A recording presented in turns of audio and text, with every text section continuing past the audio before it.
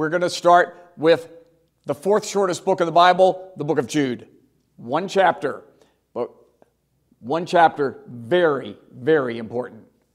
Really states a lot. Jude, first of all, who is Jude? Well, believe it or not, Jude is probably the Greek, the understanding of Judas, because even by this time, people had decided, like they don't now, name their children Judas. Jude was, in essence, I call it a nickname. I don't know if that's the correct way or not. Who was Jude then? He is one of the half-brothers of Jesus. He's actually referred to as that. And as with his other brothers, did not come to faith in Christ until after Jesus' death. Tended to be rather skeptical. We do not know if he was pagan. We do not know if he was Jewish.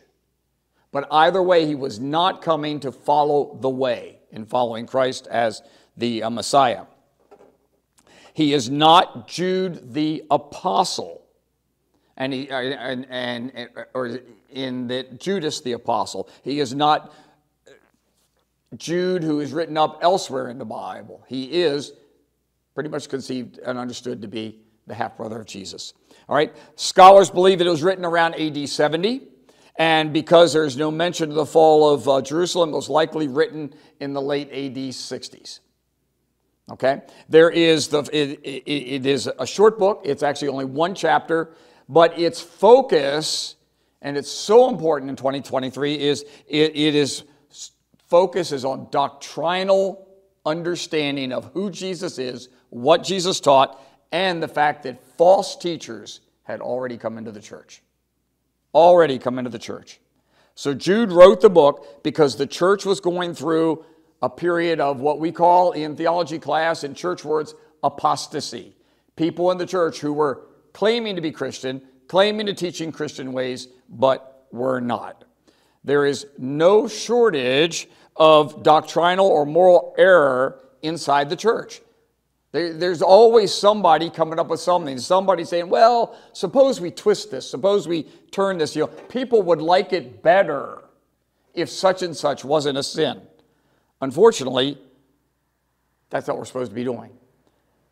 The irony is that somehow, here we are in 2023, and through all the thousands of years, we've lost sight that this has been a problem in the church from the beginning. Jude started writing the book because he wanted people to come to salvation. That's what he wanted more than anything. He wanted to write a book about how to become saved, because he had become saved after his half-brother had died and realized, oh my gosh, he truly was the Son of God. But when he went to write it, he realized the story of salvation, the message of salvation in the church at the time was distorted. And that's where he pulled back right at the end, and he said, nope, I'm going to change this, and I'm going to talk about the apostasy. So when we come back next week, we're going to start right on the first verse. But you need to know, this is the book of Jude, and it is about apostasy and false teachings in the church. See you next week.